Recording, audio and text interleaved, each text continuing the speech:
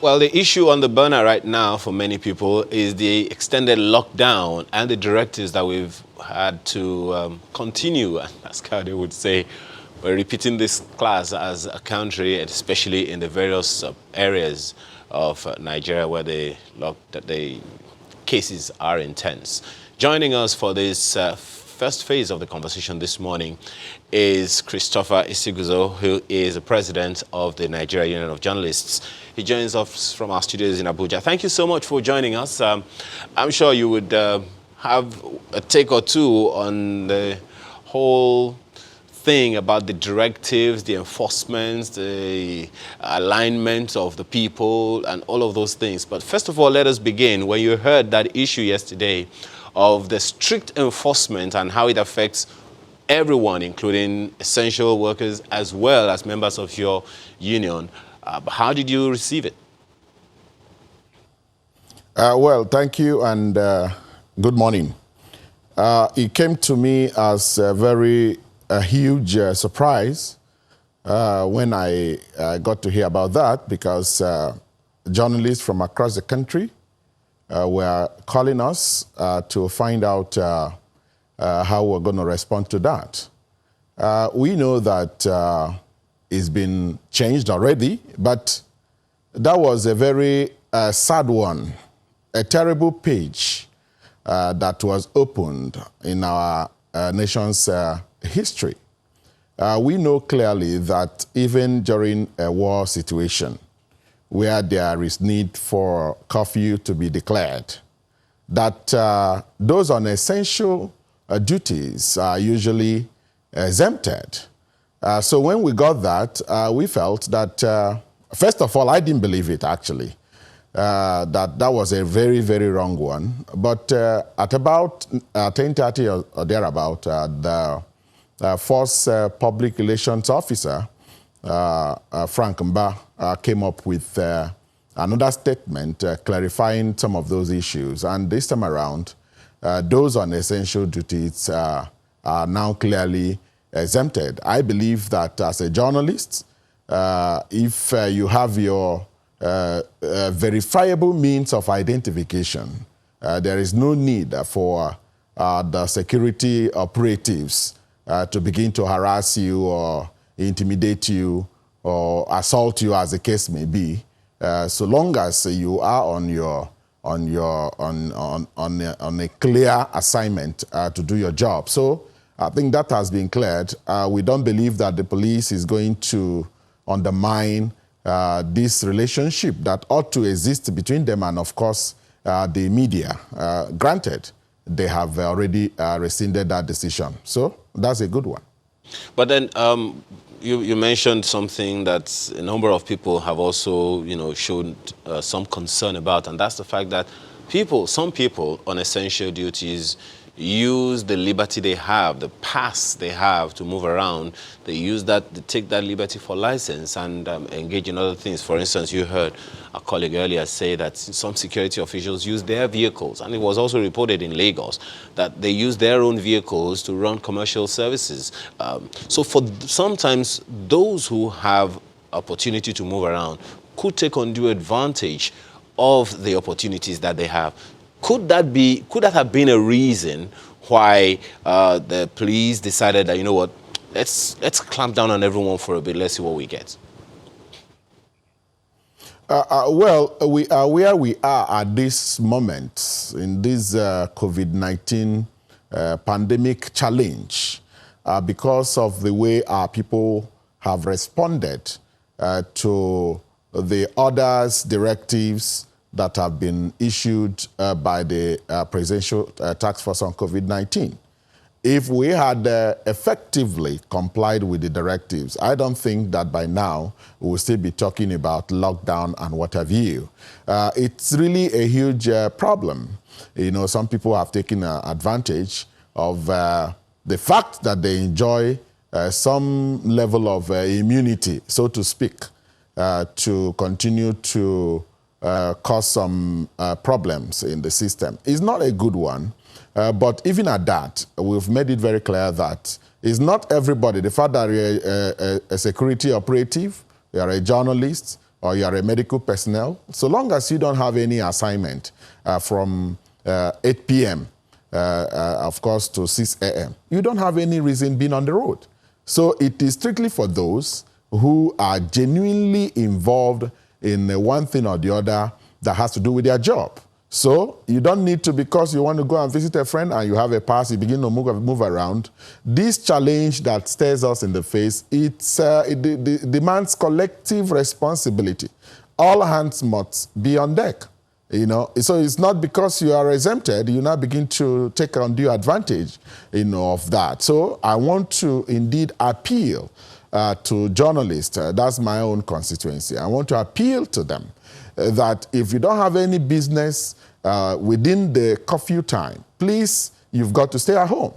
But for those who have business to be in their offices, or they have closed from work and they are going home, then they should not, for any reason whatsoever, be harassed, intimidated, or assaulted by security operatives. This is the time for us to come together as a people, because if we continue to work at cross purposes, we are not going to effectively combat or contain this rampaging virus. So it's an appeal I'm making. Let us, within this period, try to adjust ourselves. Let's adjust our lifestyles so that this virus will quickly leave our system. But if we continue to defy some of these restrictions, lockdown restrictions, then we are not going to help ourselves. Perhaps the challenge, you talked about us working at cross purposes, perhaps the challenge with enforcement or compliance, use the word compliance before enforcement, of these directives is in how we have been able to communicate the instructions, the directives, or even the implications of flouting these directives to the people. As journalists, media practitioners, we ask the salient questions, we report them in through the various media platforms, and expect that the people who read and listen to and watch our reports, they will take action based on those things and take responsibility. How well do you think the media has fared in that regard from where you stand as president of the NUJ? Well, I think we've done appreciably well in communicating this message to the people. I was speaking with a commissioner of information recently, and I was trying to advise him on the kind of message he's reeling out to the public. He said that there are times that we need to really communicate fair. Yes, and I agree with him. There are times we need to communicate it that way so that people will really come to terms with the fact that there is a challenge that we have at this material point in time. Sadly, some people still don't believe that we have there is a COVID-19 in Nigeria. You can see that. That's a big issue. You know, so we've got to continue to draw it to their minds that this thing is real. And we've got to take it very seriously. So for the way we've been able to discharge this responsibility, I can tell you that we've done well in informing Nigerians of the existence of this virus. We've done well in educating them on how to take precautionary measures, because it's very, very important that we do same. And in some instances, of course, some languages have been used which, to an appreciable extent, entertains the people in order to tone down the panic, the tension, the fear, understanding that the fact that you've tested positive to this virus is not a death sentence. And, but you must ensure that you do all there is necessary not to contract the virus. So I think the media, despite the challenging moment, the difficult environment that we are operating here in this country, we've been able to do this job the way it ought to be done. But how easy will that be, honestly, now? Because To communicate some of these things, you need to give people the picture of where we need to be. And I recall yesterday we were speaking with the Minister of State for Health, saying that is there a way to get, a breakdown of the goals we're trying to hit? So these are the daily figures we're trying to achieve, maybe less than 10 per day. We want to achieve, these number of deaths per day, number of tests, and all that. So people can look at that and say, well, this is where we're going, so I need to align. How difficult is our job without things like that, some of his specific goals out there? Well, I think the point where we are at the moment is to get our people to comply with some of these directives out there. Most of our people are not yet, they are yet to come to terms with the reality. That's the truth. By the time we get an appreciable percentage of Nigerians to actually comply, because that's what the PTF chairman said yesterday, that our people must have to comply with these directives, And by the time that is done, we would have even reduced these daily cases that are being announced. That's the truth. Once we comply, the thing naturally will normalize, I believe, So by the time we get to that level, we'll now begin to, yes, the PTF will begin to set a timeline, so to speak. Look at, now we've recorded 226 today. By tomorrow, we are hopeful that it will continue to go down. And we'll get to maybe 100, we'll get to tens and all that. So, but for now, I think we are at the compliance point. Let Nigerians comply. Because if you look out there last night, I watched your bulletin, and you see the number of people that were still on the road, knowing full well that the curfew starts at 8 p.m. You still see so many people are out there. What are they doing? Even those that are not on essential services. You see them, they are still, caught up on the road. We should bear in mind that there is a template out there. At 8 p.m., you've got to be home. And you have to program yourself. Assuming you stay in a place where there is traffic gridlock, you should be able to know that, okay, you're going to spend 3 hours, or you're going to spend 2 hours, or you're going to spend 4 hours, as the case may be. You program yourself. You plan it out so that, let's say, around 5 p.m., you should be able to tidy up whatever it is you are doing and head home. Around 4 p.m., if you are such that stay at a place where you need 4 hours to get home, you program yourself so that you don't need to be caught up. Look at the number of people out there. That's not a good one. So I want to appeal to Nigerians, beyond journalists this time around. We've got to take it very seriously that we have a challenge with us already. Okay. As it stands now, clearly, our own lifestyles have changed. That's the truth. This pandemic has altered everything, and we have to accept it as the reality. So would you say that to 6 a.m. Right. Let's respect it. I'm still talking about the goals we're trying to achieve, because I think it's important. We can't communicate enough if we don't have a goal. Do you think that the goals we have, maybe from the PTF, from the different bodies, the task forces at the state level, do you think they are smart enough? When I mean smart, I mean, are they specific, measurable, are they time-bound, and all that? Do you think they are smart enough for people to key in easily? Well, I think the PTF, the Presidential Task Force, is doing a good job. With what they are doing, if it also trickles down to the state level, we believe, as they are doing theirs at the central government level, the states are also taking it down, the local governments are taking it down. I want to believe it is smart enough. It's very clear, As it stands now, Nigerians daily await the briefing from the PTF. And that's the truth. Initially, when the team was put in place, we felt that the media ought to have been represented in the team so that they also help in shaping some of the things they communicate. But sadly, we are not there.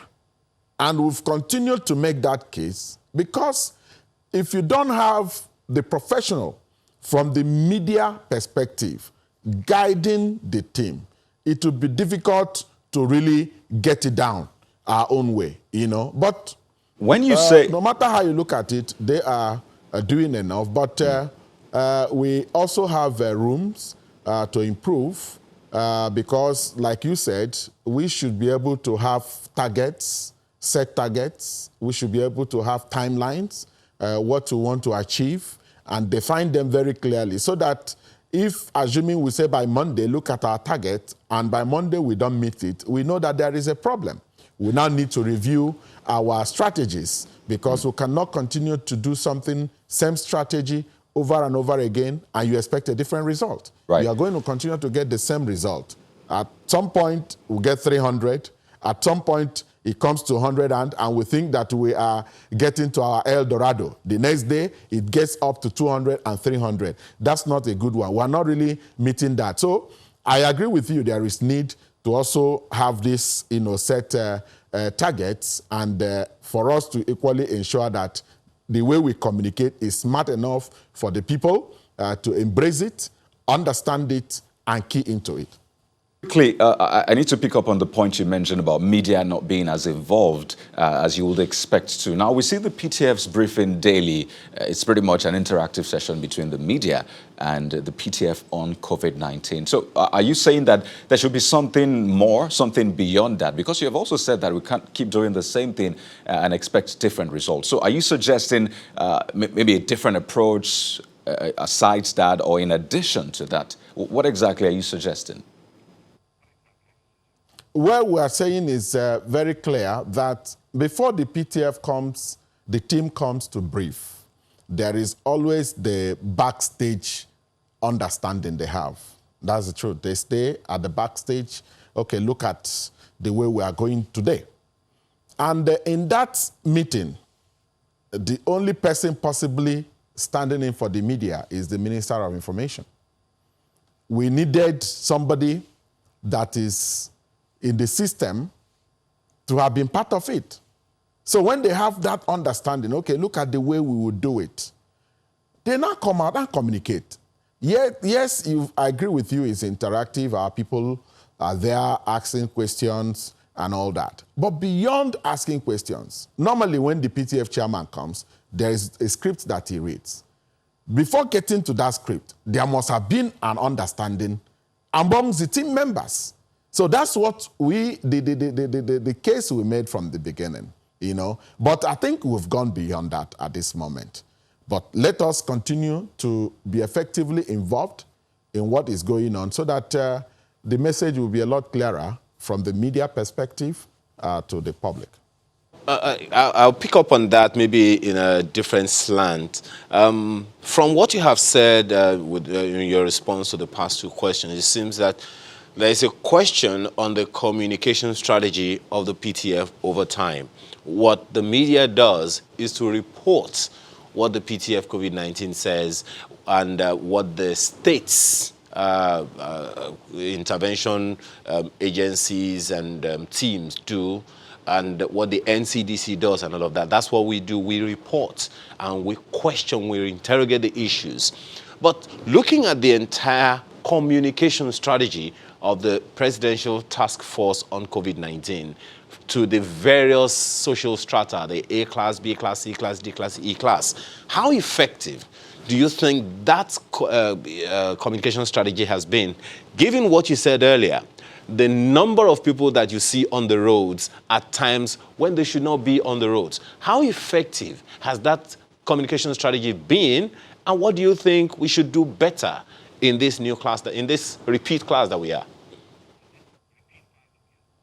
Okay, thank you. If you look at the situation in some other countries, apart from communicating,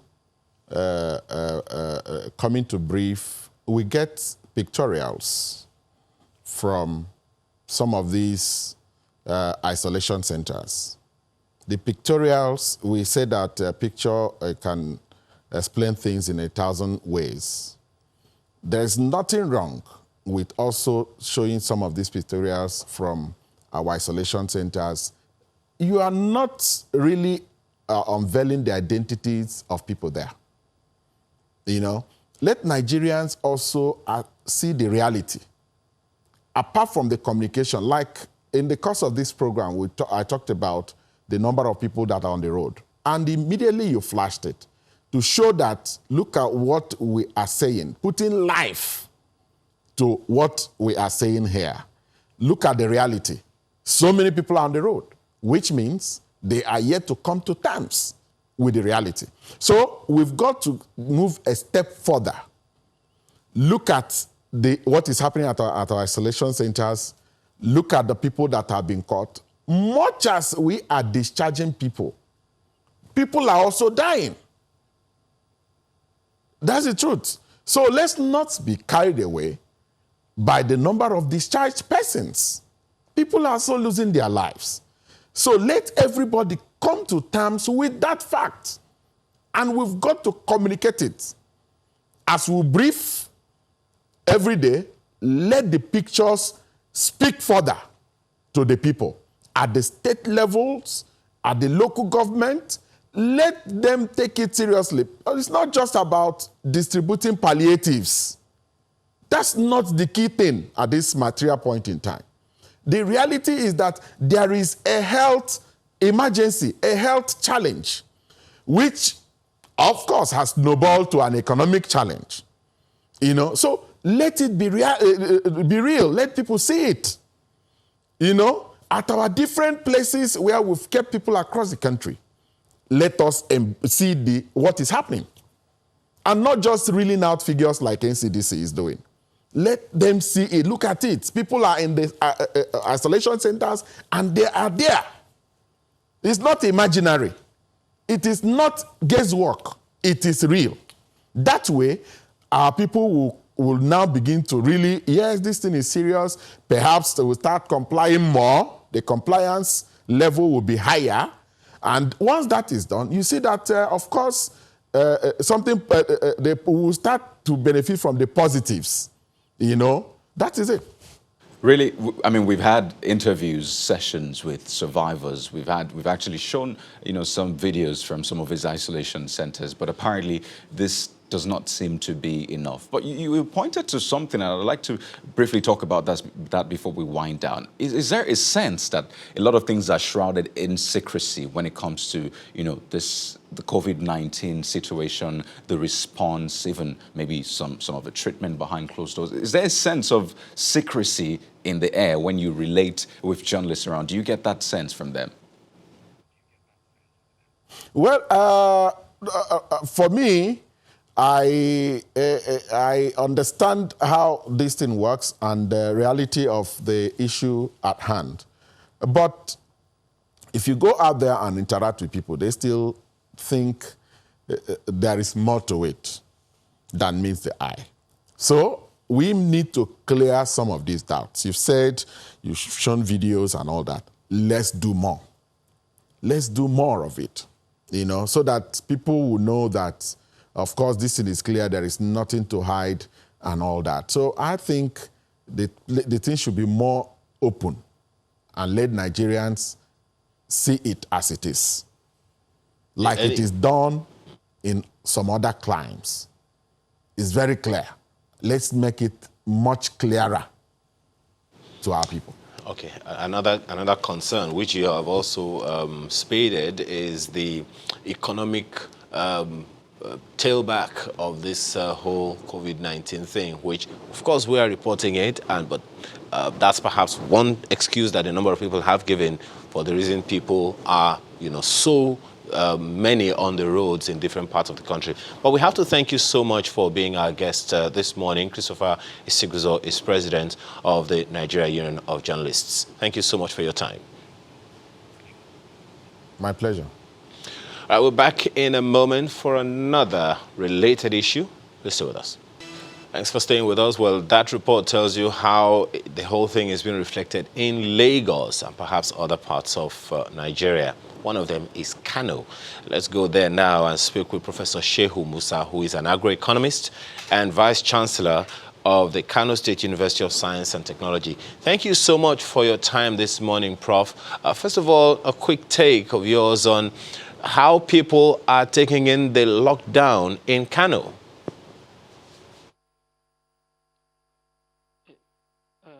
Good morning, Mr. Chris. Let me start by greeting all of us. The lockdown issues in Kano has been going on. To a large extent, people, there are some good level of compliance, and there are, some level of non-compliance. These are issues dealing with, social issues, dealing with, perspective by, different people, and, some have a mixed understanding as to really whether this exists or do not exist. And I think that's an, part of the issues that may affect somehow the, full or 100% compliance with lockdown directives.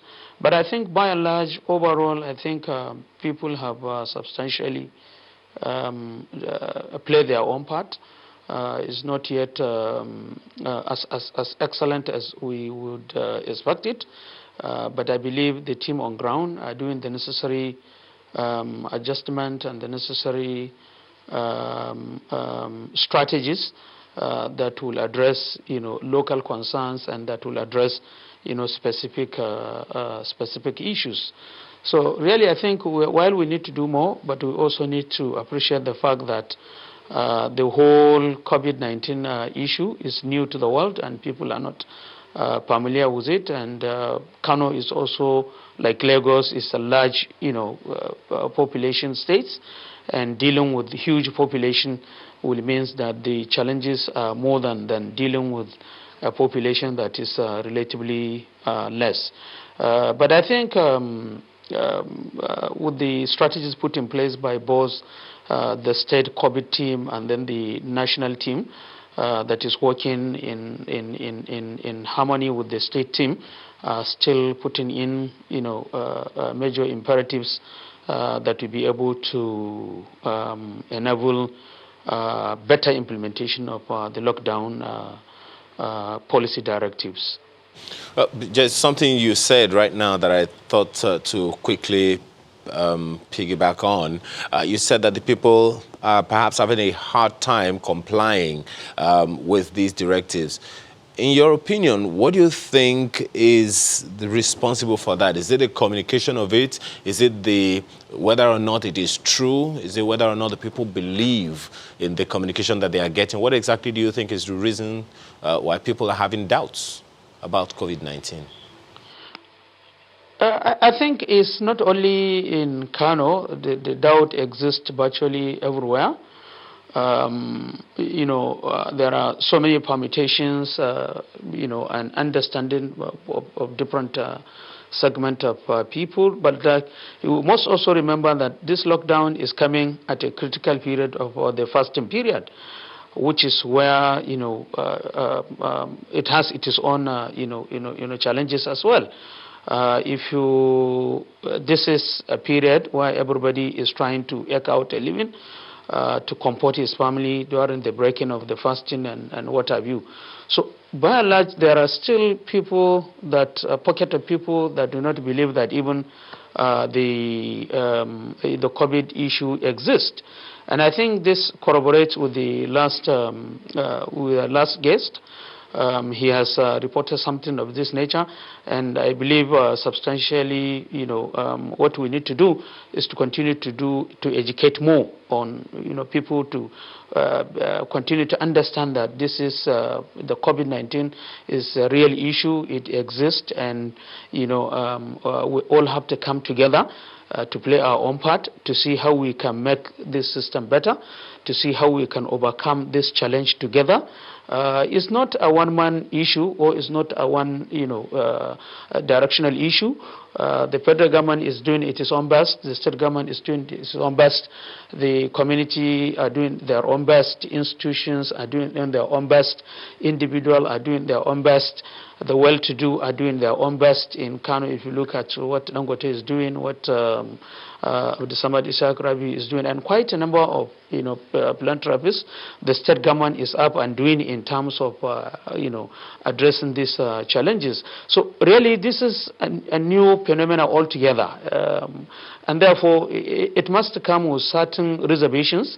Naturally, we may not have 100% to be on board to say that, look, this is a reality and everybody has accepted. But I'm happy to say that at least if you look at the statistics being chunked out these days, the number of COVID positive cases becoming reduced, the level of the mysterious deaths that has been recorded over the first few weeks has drastically reduced. So all these put together, the message is we must all put our heads together. We must collaborate. We must have synergy of action. We must ensure that there is massive enlightenment of people. We must continue to engage in dialogue with people in understanding the peculiarities of a specific group and specific states. Like I said, if you take the strategies that may work in Kano, may not necessarily be the same strategy you adopt in Jigawa or probably in Bauchi or Katsina or Sokoto or any other place. Let's Remember, talk about Kano those is strategies. cosmopolitan areas. Yeah. Yeah. Let's talk about those strategies. And the irony of this is, whether people believe it or not, there's an obvious impact on the economy. I understand that's your area of strength. And, there's been this conversation about whether to have a lockdown, the pros and cons of a lockdown as against allowing life go back to normal. And they also tell you there are pros and cons of that. And the usual challenge, not just for the PTF or those in charge in Nigeria, but around the world, is how to balance this. Looking at the approach we're taking, where we extended this gradual easing of the lockdown by another 2 weeks, looking at all this, there's the framework we have aligned with, would you say that we're going about it the best way? We have to understand the magnitude of the socio-economic impact on COVID-19 is huge. And I think this is the right point where we now begin to look at the economics of this lockdown, especially when you look at the job lost, the closure of the manufacturing industry, the textile industry, the garment industry, the creativity industry. 90% of our population have to eke out their living on a daily basis. They have to go and do some artisanal work, and all this has been closed down. And remember, Kano has huge market. Kano covers virtually all the West African countries in terms of supply of commodities. And if you look at the volume of the transaction, if you take the Kano market, for example, this is one of the largest market in Africa that deals with agricultural produce and products. If you take the Kwari market, this is a textile market. If you take a Wambai market, Senga market, these are essential commodities market. Naturally, the impact will be huge. We all need to remember that COVID-19 has even ravaged, the well-developed nations, and they are still fighting with those issues. And naturally, we will not be isolated in Africa, and we cannot be excluded also in Nigeria. And Kano will not be an exception. This is a global issue. This is an issue that affects everybody. And I think what we really need to do, we have to deal with the 3 L's precisely in an appropriate manner. That will give us a better soft landing point for everybody. If you take about the 3 L's, the life, the livelihood, and liberty, these are 3 issues that are, have synergy and have interrelationship. The disease is existing, and we need to survive. And at the same time, despite the disease, we need to have some aspect of livelihood. And in working out our livelihood, we have certain level of liberty. So we must strike a balance between these 3 issues: life, livelihood, and liberty. You cannot you cannot make it when you are not healthy, when you are not, when your life is affected, then naturally your livelihood is affected and your liberty is also affected. And if we allow you your liberty to go and do whatever you want to do, simply because we have a feeling and government will not have a control, then we run into trouble of affecting the life aspect. So I think the effort that has been put by government, particularly both the national and the state government, I think it's a good strategy. Lockdown will continue, but then there is an easing out of 1 or 2 days, after which people can now go and make a living. That will now give those that are, within the low ladder of economic income to have an opportunity for 1 or 2 or 3 days within a week to really work out some few issues, how they can survive and how they can make it. And I'm also believe that a lot of philanthropists have really come in Kano, and they have come aggressively well, and they have tried to balance these 3 issues. So the strategy that has been implemented by both the national team and then the state team, by my own judgment, I think these are strategies that are really working, and we really need to continue with them to ensure that we achieve a favorable balance between life, livelihood, and liberty. This is the only way we can get out of this. We cannot say because people are suffering, we are going to open up everything, let everything collapse, and let everybody do whatever he wants to do. Government has a responsibility to protect life and properties, and they must live up to that responsibility, and I'm happy that they are living up to that responsibility, both from the state level and from the national level. So what we really need to do is to continue to monitor and see now that we started with a complete lockdown, and then now we are easing up with few days up, and now Kano is adopting the 3 days model, Monday, Wednesday, and Friday. These are good strategies that will naturally help people to balance the 3 aspects that I have earlier mentioned in terms of their life, in terms of their livelihood, and in terms of their liberty. Overall, I believe this is quite apt, and government needs to continue on this direction. So, Prof, staying with the 3 L's, life, livelihood, and liberty. Yes. For life, I think we have fairly good picture of the impact on life. The NCDC releases figures from time to time. We see the number of fatalities, the number of cases recorded. But for the aspect of livelihood, which I think is also obviously a major deal, it seems we don't exactly have a clear picture. You talked about the markets, food production, how that is being affected. Talk about job losses. Can you just tell us how that is being affected, especially in your area, in terms of food production, job losses? How much of an impact has this had in that area? When you look at the production aspect, the agriculture aspect, I think we are lucky. The season is just starting. And my take on this is that government needs to look at, apart from the efforts that has been done to curtail the COVID-19 issues at the moment, now is the right time to begin to think about post-COVID scenarios. And by this, I mean both the national government and the state government and the local government must have a synergy of action to ensure that the lockdown do not affect completely the agricultural production aspect. Because if the agricultural production aspect is being affected by the lockdown, then it means there will be a huge crisis in terms of food security for the country, not only in Kano, but all over. So I think this is the right time for government to begin to think about the post-COVID committee. We don't have to wait until everything is over, then we begin to do some cosmetic of what do we do. This is the best time to think about post-COVID committee that will come up with strategies, timeline, deliverables as to how government will ensure that agriculture is not being affected by this.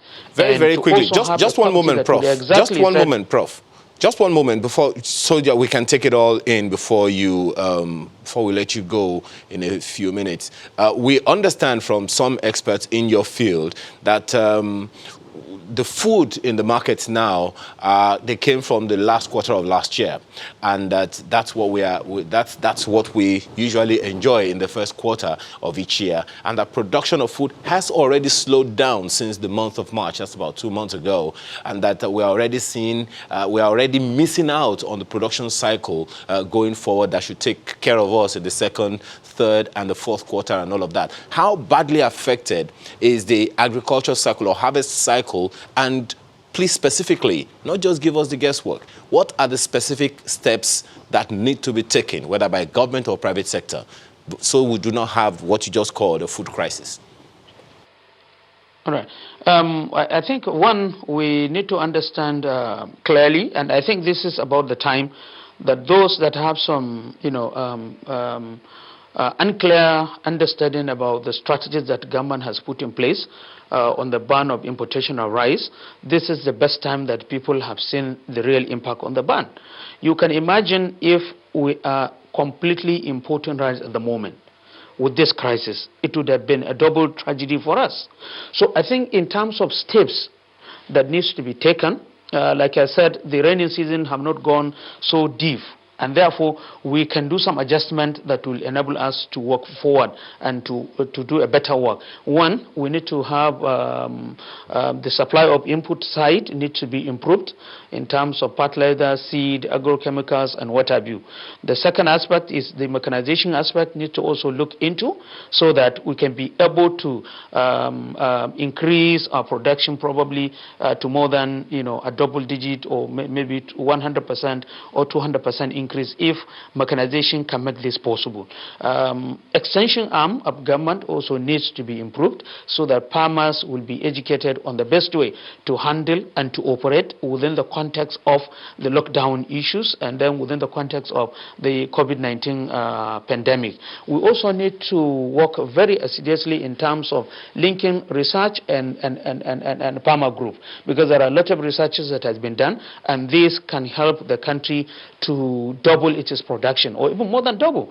And again, we also need to, as a matter of strategy, to work on irrigation agriculture vehemently well. I know there are ongoing efforts, but we need to do more, because with the irrigation agriculture, we can as well double the production level. We can also engage in issues to do with greenhouse agriculture. We can also engage in issues to do with water harvesting technology that will be able to help us to bridge the gap that may ensue as a result of this COVID-19 pandemic. And then perhaps the funding aspect need to be improved. Farmers need to have access to finances, and that would definitely assist. And then we can also work more closely on the issue of group farming or cooperative farming rather than individual, especially at rural level. And I think the incentive for large-scale commercial agriculture to make progress in Nigeria is within foresight. People can see there are a lot of opportunities and advantages that they can key into agriculture. And I believe once we put all this into consideration, then we can be able to overcome completely the issue of the possible food shortages that may arise. But I think the wake-up call is we must begin to act quickly, and we must begin to act decisively, and we must begin to act in a cooperative and in a collaborative manner that will be able to enable all the actors within the agricultural sector to have synergy of action that would enable the country to produce enough food that will enable it to feed its own population. And when feeding, we begin to see how we can actually even export to other countries and to keep our farmers alive. Forgive me, Professor. Yes. It's good to be philanthropic and to think about other people, but I think I like the first part that you said we should be able to feed ourselves first. Let's start from there. Well, thank you very much. Yes. It's been a wonderful having this conversation with you this morning. Professor Shehu Musa is an agroeconomist and Vice Chancellor, Kano State University of Science and Technology. We'll go to Abuja now from Kano. Absolutely.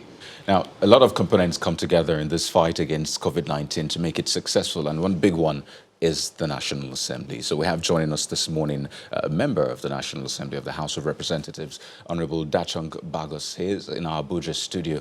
And right next to him is Mr. Obinna Rakba, who is a public affairs analyst. Good morning, gentlemen. Thank you for joining us on the program. Good morning. Thank you for having me. Good morning, Kaide. Great to have you. Now, let me begin with Honorable Bagos. It was quite an interesting session at the House yesterday. You know, the question about the Chinese doctors and, you know, the response from the Minister of Interior as regards that. So let's just quickly take that out of the way. Are you satisfied with the response you have gotten, or you want more? And what exactly does this do in this, you know, whole fight against COVID-19 for you? Yeah, well, I'm not satisfied with the explanation of the Minister of Interior because if you watch his explanation, he said the Chinese doctors were part of installation of some of the equipment at the Dome Center. So is it that the 15 Chinese doctors came to Nigeria and all of them turned to technicians to fix equipment at the Dome Center? No. So a lot of inquiry will need to be carried out by the House. If you see the motion that was adopted in the House yesterday was sent to about 3 relevant committees, committees on national security, foreign affairs, interior, and health, because we want to, as a House, we want to ascertain to know among the 15 people how many are doctors, what kind of doctors are they, and want to really know how professional they are to come into Nigeria to help us in the fight against COVID-19. And again, through the Foreign Affairs Committee, we still want to know the relationship, who really requested for the Chinese doctors to come into Nigeria, because if we have contradictory response. The spokesperson of the Embassy of Chinese said the doctors are coming on a request of Nigerian government. Later on, we had a different story that they're coming from as a part of the corporate social responsibility of a construction company. So we really want to know what really happened. How did we get where we are? And the National Security Committee will want to get to know how and what is the manifest of all the 15 doctors, who are they by name, what's their profile, because this is a matter of, again, a matter of national security. We really don't know who they are or what they are, what is the genuine intention of being in Nigeria, because if from inception we have 15 people coming into Nigeria as medical doctors, and down the line we are having feelers that some are technicians, some are this, so who really are they? So these are issues that the House will want to know. And why the House is really interested, because if you check on the 7th of April, the Speaker mediated in making sure that everything went smoothly between the perception that Nigerians were having. So if the Speaker in his capacity came out to mediate, definitely he have the right to know, and the House have the right to know what really went on, not just to mediate, and at the end of the day, he might receive the blame, and the House might receive the blame that, look, you mediated in coming of allowing the people to come in, but this is how it turns out. So we really need to have full information of the 15 doctors that came into Nigeria. You know, we also understand that the medical team came with equipment and what have you. So I wonder if that will also be factored in. But just briefly, I'd like to take on Mr. Arakpa's perspective regarding, you know, this. This resolution from the House. What do you think it does in this whole scheme of things? Because some will say that maybe this is not that important. Do you share that perspective? No, it would be out of place to say that the honorable members of the House are dealing with something that is not all that important. We are in very unusual times, and I will say this quickly, that even me, I'm looking for the Chinese myself. But long and short, like my people will say, when the drumbeat changes, you change your dance steps. These are not normal times. The COVID-19 pandemic has put everyone on their toes. I will also backstep to tell you that some of the challenges that Nigerians had in China put out a certain misgiving against anything coming from China. So I believe that the members of the House have a right, we voted them in, to sit in there and represent us. That's why they are called representatives. So they have a right to ask the questions, and like the Honorable Minister for Interior said, yesterday, the journalists, the media persons, the fourth estate of the realm have a right to ask questions. It's an issue of national security. But that having been said, what I see primarily is the issue of communication. I teach communication, and I've had cause to say that until the person you are speaking to has understood, you have not communicated. So I believe strongly that we need to put all of this in the public domain.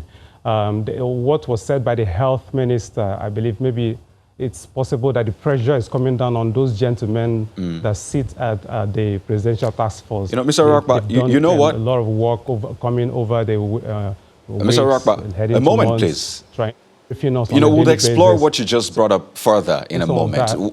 If you can hear me, I'd like you to hold your thoughts for a moment, please. We'll explore that, definitely. You've raised a major issue, but we need to go to break. And when we return, we'll explore what you have brought up and talk about, you know, the stimulus package, this extension of the easing of the lockdown, and some other major issues that have come up during the course of our battle against COVID-19 in a moment.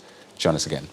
So those were highlights of what played out at the National Assembly, the House of Representatives yesterday. We still have with us Honorable Dachong Bagos, which you saw speaking there earlier on. He's with us this morning, joins us from our Abuja studio, as well as Mr. Obinna Uragba. Thank you for staying with us. So, Mr. Uragba, I'd like you to land on the talk about miscommunication, because you seem to be making a point about that earlier on. Please land on that. Okay, I began to say that in communication strategy, until the person you are speaking to has understood, you have not communicated. I have consistently said it, even on this platform, that we need to look critically at the communication strategy and methodology in our country today, both in the public and the private sector. But specifically about government, I suspect that we need to have more cohesion on how communication comes from the top down even to the ward level. If you listen to the chairman of the PTF speaking yesterday at the briefing, he talked about drilling down the communication about COVID-19 down to the ward level. He talked about stakeholders engagement, mapping, and all of those things that you need to do. Now, management of stakeholders is very key. Now, you can say one thing, believing that you've said it, but the perception of the people who are receiving it matters. So I began to talk about the health minister's expression that he shouldn't be asked about these Chinese people once more. What I would say is that I will cut him some slack. It's been a lot of pressure, not just for those of them who are the PTF giving us daily briefings, even those of us who sit at home, who obey the easing of the lockdowns and resolve to, even on our own, take responsibility not to rush into the streets, knowing that we're dealing with a pandemic and we do not want a repeat of what happened in 1918 with the Spanish flu. What I suspect by saying, do not ask me questions about the Chinese, is that at the point, like the Honorable said, the government said that this was an offer that was given to Nigeria by the Chinese. At the point, the representative of the Chinese embassy spoke and said that Nigeria had supported them at some time and it was time to reciprocate. At the point, the government said that these persons are coming in to help support the fight against COVID-19 by installing equipment and doing trainings and all of that. At the point, we were told that the CCECC, the construction company that has been here for over 25 years helping with the infrastructure, the railway infrastructure and all of that, was the one that was hosting them. And at the point they said they were going to go into quarantine for 14 days, we would have thought that the Interior Minister, being the person responsible for ensuring that internal security is well taken care of, receiving people, should also go ahead to keep monitoring where these people are so that we constantly be briefed as a nation and as a people. Now, once that lacuna existed, speculation set in. So I would be quick to say that, like Judge Bush said, if you want to make a man trustworthy, simply trust him. I trust the people who are managing our affairs. However, the onus still lies on them to do everything possible to ensure that the people trust them by virtue of the things that they do and the things that they say. That having been said, we're in the midst of a war. and we may not be involved in civilian activities. We simply need to face what is facing us.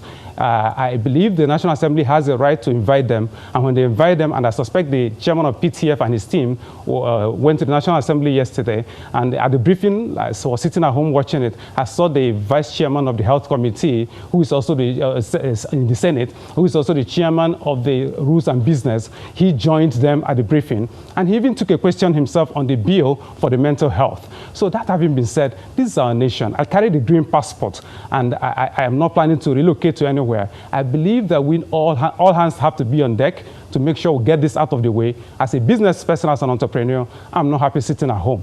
But I'm taking responsibility not to go get killed out there by coronavirus. I will support the work of the PTF, but they also need to be up to speed. They need to wear their jersey, play their wing, and make sure we score the goal on getting this out of our system and get things sorted out. Thank you very much. I can see that you can't wait for the EPL to get back on the screen. But let me take this to Honorable Bagos. So now the lockdown has been extended by another 2 weeks from the first 2 weeks.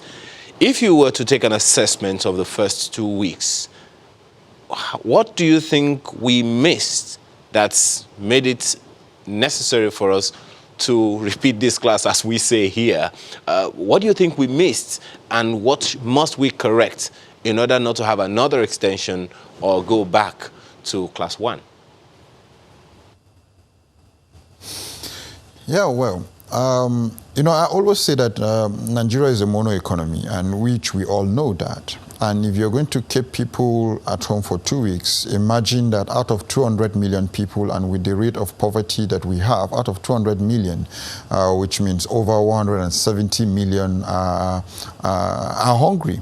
So first of all, we must be able to ascertain how are we going to take care of the 170 million people, which is very important and paramount. A lot of people go out in the morning to get what they will eat in the evening. So if you're going to keep them at home for 2 weeks, that should be your major priority, because you cannot quantify the damage you will get from people being infected with the virus in terms of death and treatment by what you will give them at home to eat. So major concern should have been, what kind of palliative will you give people that will take them for 2 weeks? We have seen palliatives in other forms that will just take somebody maybe for 24 hours, and that has been a very serious issue.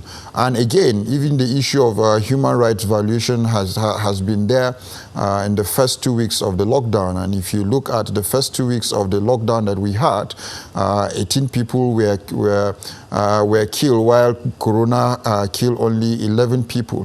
So a lot of issues the PTF needs to review, and the executive need to review. And if you still see in the wisdom of the National Assembly, in the first 2 weeks, the National Assembly had to call the Minister of the Humanitarian Services and so on and so forth to really ask, what are you doing to our people? Because as representative of the people, we need to be carried along, and we know how people bank on our doors every day as if we are the executives, not lawmakers. And we know if you ask every National Assembly member what he have doled out to his people at this very particular period, if you put it together, I can assure you it's even more than what the executive have put out to the people. So we feel the pressure of the people. We know what the people are feeling on a daily basis. We expect and we believe that the executive should do more in the process of this lockdown, because if people are not fed, people usually tell us, look, give us something to eat, because the corona of hunger will even kill us more than the virus.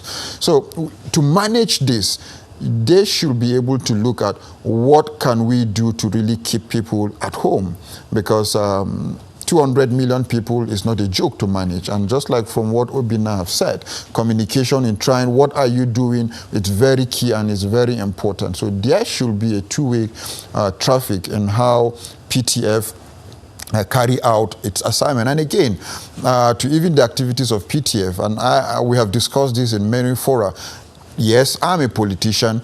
They have more of the politicians there, but they need to bring in more technocrats into the system so that they'll be able to give them serious advice and as consultants to be able to carry out this. But if they carry out the assignment with the political mind, then definitely we'll always and only have it as politicians. But more technocrats need to come into this, into the management of COVID-19 so that it won't just be seen that politicians are the ones managing the issue. So I think a lot needs to be done.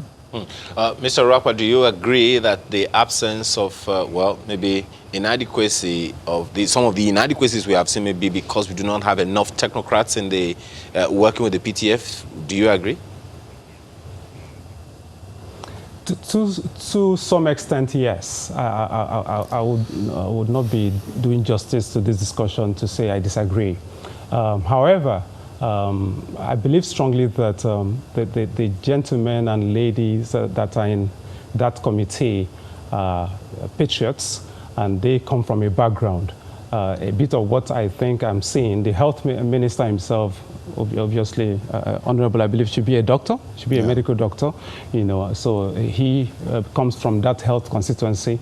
I also believe that the NCDC man who is there comes from that sector also. So these are persons who play in those sectors. But I agree with him that we should involve more people. There's also an issue that Honorable may need to bring up because he is representing us. The issue of women.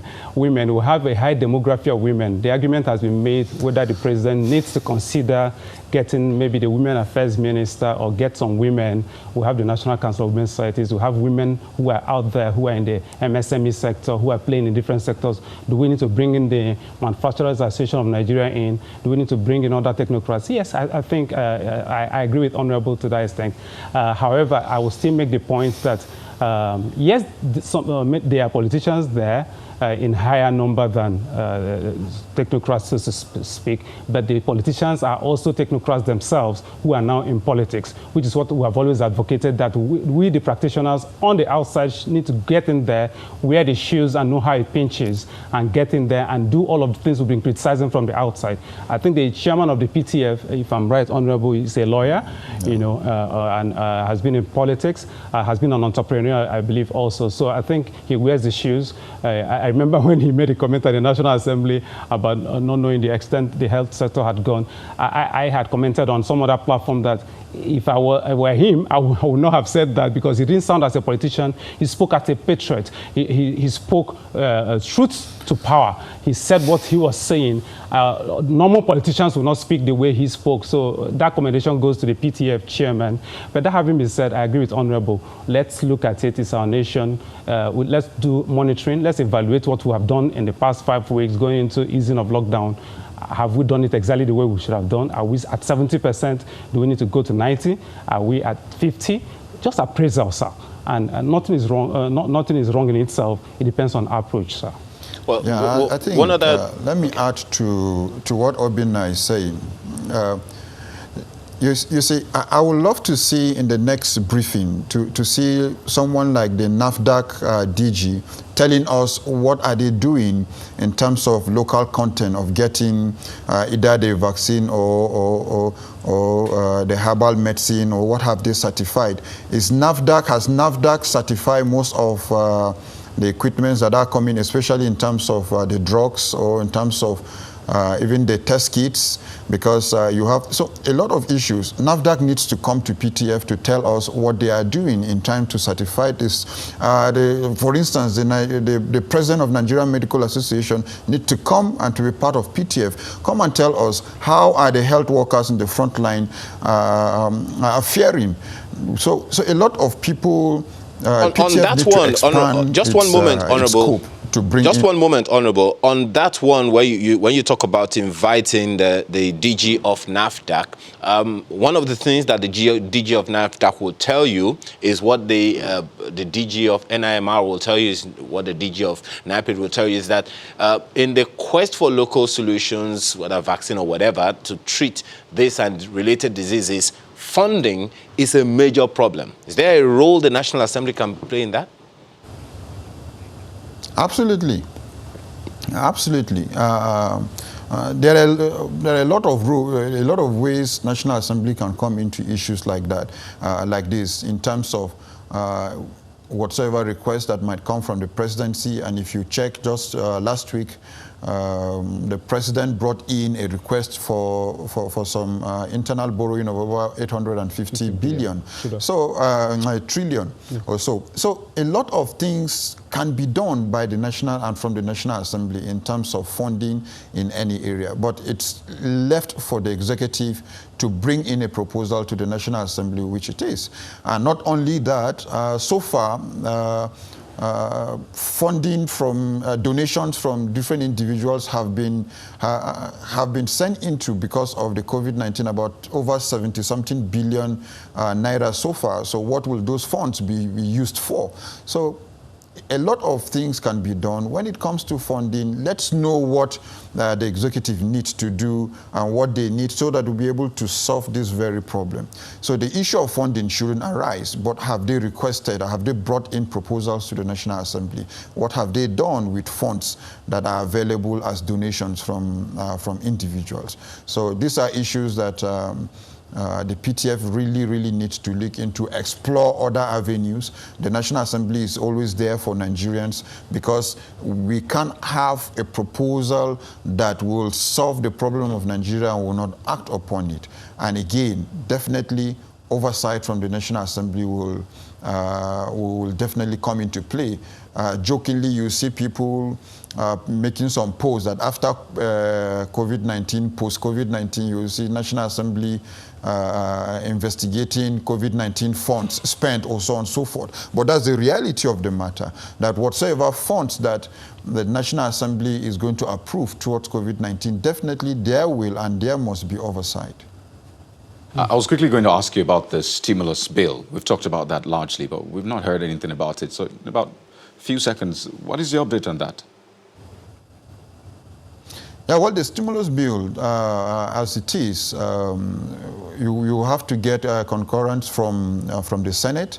The Speaker is working on that to see how we can get the Senate passed through that. And once the Senate passed through it, it will now get to the President for assignment. So once that is done, the stimulus bill will come into action, because the stimulus bill, it's a legislation that will really bring succors to the economy, in terms of trying to see how people will get some of those things, issue of the tariff that we're talking of, issue of importing medical equipment, and so on and so forth.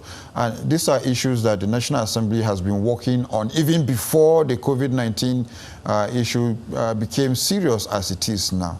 All right. So on a final note, Mr. Rokba, as we wind down, we are in the first week of the extension. We're looking at another week. We're not exactly sure what will happen after this. And bear in mind that, I mean, the figures we're seeing now, some will say we've not even started seeing the figures from the previous lockdown, because there's a 2 days to 2 week period of incubation for COVID-19 and the whole testing. So what is that singular thing that you think we need to put in place so we can exit this phase and move on to the next phase? It's very simple. Ownership consciousness. Every Nigerian needs to take ownership of this process. And like the chairman of the PTF said, and I heard him clearly yesterday, every Nigerian needs to take ownership. I like the fact that just yesterday, the public relations practitioners of Nigeria offered their services.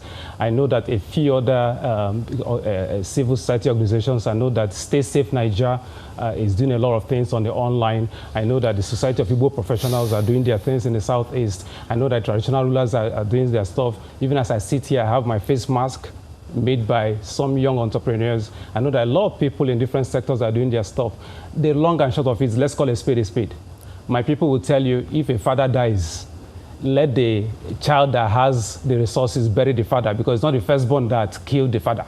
Long and short is that oil is nosediving, and like Honorable said, we have been a monocultural economy for a long time. The Chinese will tell you the best time to plant a tree was 20 years ago. The next best time to plant it is now. Long and short is that we've made our mistakes. What happened to us for 59 years, that we're coming to the 60th year, to now diversify our economy. But that having been said, long and short, the Food Security Committee that was set up... Mr. Rockwell, you know, that's the fourth long and short. I mean, but the point is taken. Let's plant that tree right now.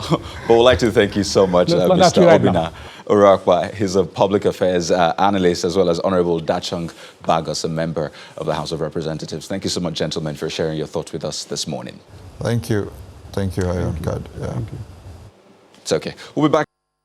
Just before we go, some of the messages you sent in. We'll take this one first from Ayo Johnson O. And he also just corroborated what we mentioned earlier in our opening chat. Says, I witnessed soldiers running transport services during the lockdown, and they never obeyed the law. That's something that's gotten the security agencies in the line of fire, so to speak. Obviously, we shouldn't take our liberty for license, not just for the security operatives, for other essential services. You see this one from Augmenta saying some of them, I mean, referring to our discussion about the Chinese medical team, it says, so some of them have become technicians. Goes on to say, so a minister of the Federal Republic of Nigeria took his entourage to the airport to welcome technicians. Well, he did say that they're not just doctors, that they are technicians, nurses, I guess, among them. Goes on to end by saying, why did you welcome them if they were just CC staff? Lots of questions, and I mean, like our guests did say, I think it was an issue of miscommunication. There needs to be more transparency, apparently. Well, this one is from Alabi Michael, who says that compliance level amid COVID-19 Nigeria ease of lockdown can only be adhered to the letter or be adhered to better by the citizenry if government recognizes the fact that it must continue to provide more palliatives and incentives to ensure that more people stay at home and only essential workers move. All right, just this last one, because we're running out of time already. This one is from Abiodun. It says, the simplest truth, it's actually a male, the simplest truth about flouting, I'm sure he meant to say curfew rules, is based on the Nigerian factor of indiscipline amongst the people themselves. In military era, one would never see this kind of indiscipline. Unfortunately, now the uniform has turned to a reason for people to break laws arbitrarily. Let us for once respect the rules as a people. That's from Abiodun. And there's this other one from Dr. Anthony Ude. Let me just quickly run through. It says, globally, arguments against lockdown is gaining momentum very fast as an unnecessary policing tool. It goes on to say, a shock finding from studies last week in the US shows that most new COVID-19 hospitalizations in New York are from people who are staying home and not venturing much outside. The effect on the economy is hugely retrogressive with tremendous negative socio-political consequences. It is very clear that lockdown fatigue of pandemic seems more devastating than the medical casualties. I mean, quite an interesting read there. Thank you, Dr. Ude, for that from Ibadan. Well, I guess that's a good place for us to leave it. We also got your message, Matthew Amoregwe. Thank you so much for bringing that up. Let's keep those mails and messages coming in. The conversation never stops, even after the program has. Definitely. Have a wonderful day. My name is Ayo Makinde. I'm Kayode Okikiolu. And hopefully we'll be able to take Matthew's message tomorrow, because it does raise some very important questions. Thank you so much, Amaokwe Ogun Yusuf.